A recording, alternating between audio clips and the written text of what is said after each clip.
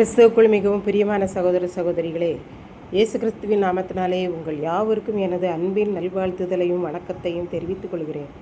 இன்றைய பகலின் குளிர்ச்சியான நாளின் தியான வசனம் யோவான் எழுதின சுவிசேஷம் 11ஆம் அதிகாரம் 50ஆம் வசனம். ஜனங்கள் எல்லாரும் கெட்டுப்போகாதபடிக்கு ஒரே மனுஷன் ஜனங்களுக்காக மரிப்பது நமக்கு நலமாயிருக்கும் என்று நீங்கள் சிந்தியாமல் இருக்கிறீர்கள் என்றான். இயேசு லாசருவை மரித்த நிலையிலிருந்து உயிரோடு எழுப்பியதை பரிசேயர் கேள்விப்பட்டு ஆலோசனை சங்கத்தை கூடி வரச் செய்து, இவனை இப்படி விட்டுவிட்டால் மக்கள் எல்லாரும் இவனையே விசுவாசிப்பார்கள், அவன் பிறகே போய்விடுவார்கள், மக்கள் நம் பேச்சை கேட்க மாட்டார்கள், பின்பு ரோமர்கள் வந்து நம்முடைய பதவியை பிடுங்கி ஜனங்களை அழித்து போடுவார்களே என்று பயந்தார்கள். ஏனென்றால் அந்த நாட்களிலே ரோம அரசாங்கம் சொல்லுவதைத்தான் எல்லா மக்களும் கேட்க வேண்டும். ஒவ்வொரு வருஷத்துக்கும் ஒவ்வொருத்தர் மாற்றி மாற்றி பிரதான ஆசாரியர்கள் நியமிப்பார்கள். அப்படி இருக்கும்போது அந்த வருடத்தில் பிரதான ஆசாரியன் காய்பா என்பவன் பிரதான ஆசாரியனாக இருந்தான். அவன் தீர்க்க தரிசனமாய் சொன்ன வார்த்தை என்னவென்றால், உங்களுக்கு ஒன்றும் தெரியாது, ஜனங்கள் எல்லாரும் கெட்டுப்போகாதபடிக்கு ஒரே மனுஷன் ஜனங்களுக்காக மரிப்பது நமக்கு நலமாயிருக்கும் என்று நீங்கள் சிந்தியாமல் இருக்கிறீர்கள் என்றான். இதை அவன் தானாய் சொல்லவில்லை. இயேசு யூத ஜனங்களுக்காக மரிக்கப் போகிறார் என்று, அது மாத்திரமல்லாமல் சிதறியிருக்கிற உலகத்தில் உள்ள ஒவ்வொருவருக்காகவும் இயேசு மரித்து இரத்தம் சிந்தி உலகில் உள்ள எல்லாரையும் ஒன்று சேர்க்கப் போகிறார் என்றும் தீர்க்க தரிசனமாக சொன்னான் என்று பார்க்கின்றோம். அந்த நாட்கள் முதல் அவரை கொலை செய்ய வகை தேடினார்கள். அதனால் அது முதல் இயேசு யூதருக்குள்ளே வெளியரங்கமாய் இருக்காமல் அவ்விடங்களை விட்டு வனாந்தரமான இடமாகிய எப்ராயிம் ஊரிலே சீசர்களுடனே தங்கியிருந்தார். யூதருடைய பஸ்கா பண்டிகை நாட்கள் நெருங்கிற்று. அதற்குள்ளே தங்களை சுத்திகரிக்க மக்கள் எல்லாரும் எருசலேம் தேவாலயத்துக்கு சென்றார்கள். அவர்கள் இயேசுவை தேடி எருசலேமுக்கு சென்றதினாலே இயேசு பண்டிகை நாட்களிலே வருவாரா வரமாட்டாரா என்று பேசிக்கொண்டிருந்தார்கள்.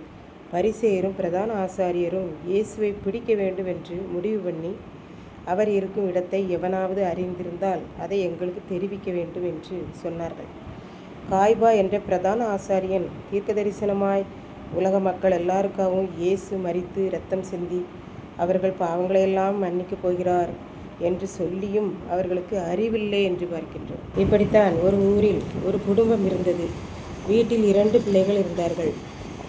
கணவர் மட்டும்தான் வேலை செய்வார், வருமானம் கொண்டு வருவார். அவர்களுக்கு நிலங்கள் இருந்தது. ஆகவே விவசாயம் செய்து அதை நன்றாக கவனித்து கொள்வார். விவசாயத்தில் கிடைக்கிற காய்கறிகள், கீரைகள், பழங்கள் எல்லாவற்றையும் எடுத்துக்கொண்டு மாலையிலே சந்தைக்கு சென்று விடுவார். அங்கே சந்தையில் அவர் தோட்டத்தில் உள்ள காய்கறிகள், பிற பொருள்கள் எல்லாவற்றையும் மக்கள் விரும்பி வாங்குவர். அதனால் அதை விற்று பணத்தை வாங்கி கொண்டு வீடு வருவார்.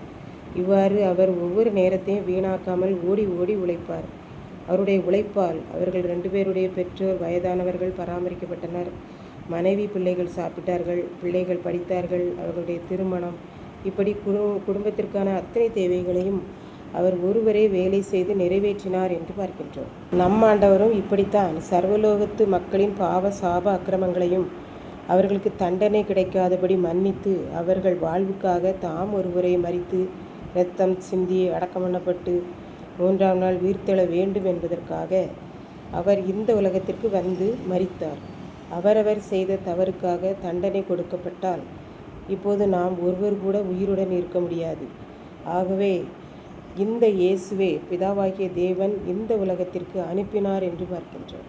இதை கேட்டுக்கொண்டிருக்கும் எனக்கன்பானவர்களே, ஒரு குடும்பத்தின் வாழ்வுக்காக குடும்பத் தலைவர் தனி ஒருவராக உழைப்பது போல இந்த குடும்பத்தின் அத்தனை மக்களுடைய பரலோக வாழ்வுக்காக இயேசு தனி ஒருவராக மரித்து இரத்தம் சிந்தி அந்த இரத்தத்தினாலே நம்முடைய பாவங்கள் மன்னிக்கப்பட்டு நித்திய காலமாய் ஆண்டவரோடு வாழும் பாக்கியத்தை இயேசு நமக்கு தந்திருக்கிறார்.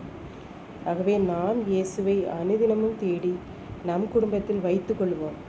அவர் நம்முடைய குடும்பத்தில் வருகிற போது அங்கே இருக்கிற தேவைகள் எல்லாவற்றையும் அவர் அறிந்து நம்முடைய தேவைகளை நிறைவு செய்து நம்முடைய பாவங்களை மன்னித்து நாம் கெட்டுப்போகாதபடிக்கு எல்லாருக்கும் நித்திய ஜீவனாகிய பரலோகம் கிடைக்க அருள் செய்கிறார்.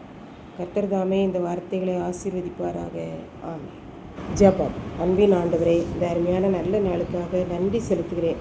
இப்போதும் இந்த வார்த்தையை கேட்டுக்கொண்டிருக்கிற ஒவ்வொரு பிள்ளைகளும் தன்னையும் தன் குடும்பத்தையும் உமக்கென்று அர்ப்பணித்து நீர் மரித்ததினால் உண்டான இரத்தத்தினாலே விடுதலை வாழ்வு பெற அருள் புரியும். இயேசு கிறிஸ்துவின் மூலம் வேண்டிக் கொள்கிறேன் பிதாவே, ஆமென்.